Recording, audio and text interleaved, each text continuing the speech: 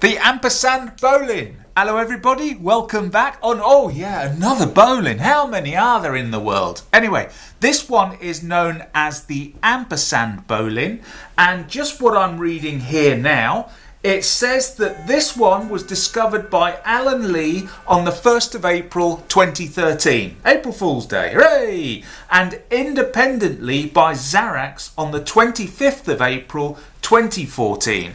And basically what it is, this is a standard bowline, but it's got a tie-off similar to the Yosemite Bowline. In other words, the bowline is a wonderful, great little knot, but sometimes you need a little bit of additional security when you're using a bowline. One, to prevent it slipping. Two, to prevent it from shaking free. And so in other words, this is another way of tying off a bowline to make it even more secure. Now, if you're interested, in the description down below, I will put links into Alan Lee's YouTube videos, where he's done quite a few videos regarding this particular knot, where he's testing it. So there's a few videos on him testing it, and that will be in the description below. If you've used this particular knot before and like it, please do tell me in the comments below. And so anyway, without further ado, let's get on and let's tie the Ampersand Bowline. Okay, so as you can see, in front of me I've got my cordage, and no, I will show you how I'm going to tie the bowline, but I'm not going to do it all the different methods, and there's lots of different methods out there to tie the bowline. I'm just going to show you the simple tabletop method. Okay, so on my right hand side, there's my right hand side, going off in that direction, we've got the working end of our cordage.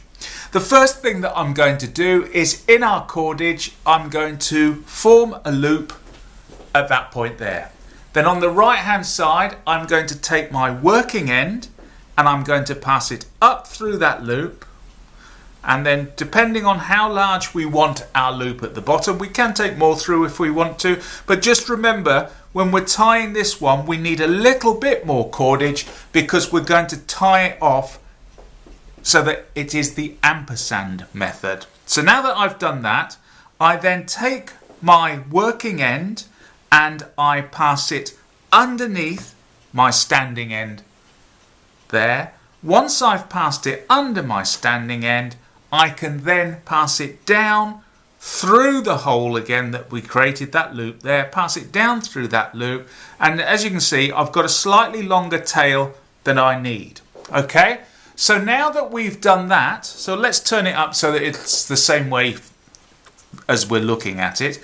And then the next thing that I do is, now this working end here, what we do now is we bring it around the back of the left hand side of the loop, and we also bring it underneath the actual piece that's going to the working end itself, and we're coming out at that point there. So I'm going to take it around underneath that left side where they both cross over. So where those two cross over, I'm going under there and bringing it up through that loop, and then once I've brought it up through our loop, that's it, we've now tied the Ampersand Bowline. And you can see here now that if I were to put actual stress on my bowline now, it obviously needs dressing up, but you can see now here that if, say for example, we end up with weight on the end of our loop there, what it's going to do is it's going to pull that part of the loop down so that it comes snugs tightly onto our working end there. And so as we pull that, dress that up, pull it up, and now what we've done here is we have tied the Ampersand Bowline. And you can shake it, rattle and roll it no matter how much you want, and that should be more secure than the standard bowline itself. Also the other, I mean, like I said before, go down into the description below and have a look at Alan Lee's videos. There'll be a link in the description below where you can see him putting this bowline through some rigorous tests. So anyway, let's undo that again and just show you one more time how to tie the Ampersand bowline. So undo that, there we go. And so once again, tabletop method. So I'm going to form a loop in my cordage there.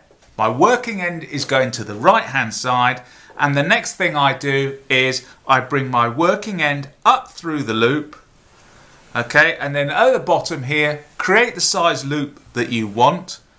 Then once it's gone up through that loop there, take it around the back of my standing end and then pass it down through the loop that we created originally. And there we go, we've now tied ourselves the standard bowline. But to tie the Ampersand bowline, what we're looking for is to take our working end, pass it over the left hand side of the loop, and you'll see here that once we've done that, we want to pass it underneath the actual left hand loop and come out through the middle there. So pass it underneath that left hand loop, and you'll see it'll go between that and the standing end that is just behind it. So the standing end is that one there. It's going between there, and then pull it through, and we've now tied ourselves the Ampersand bowline.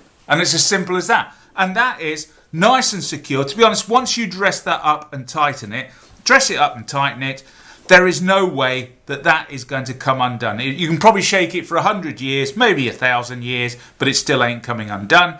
And to be honest, like I said before, in security, the harder you pull on it, the more it's going to grip the working end, so the working end is not going to come loose at all on that. So not, you know, the Yosemite tie-off is slightly different where it goes up through the knot, and this is just another variation. But from what I understand, this one is really, really secure. And if you want to know how secure it is, once again, in the description below, I will put links to the International Guild of Knot Tiers, where they've discussed this at great length with regards to the security, etc., which may be of interest to you.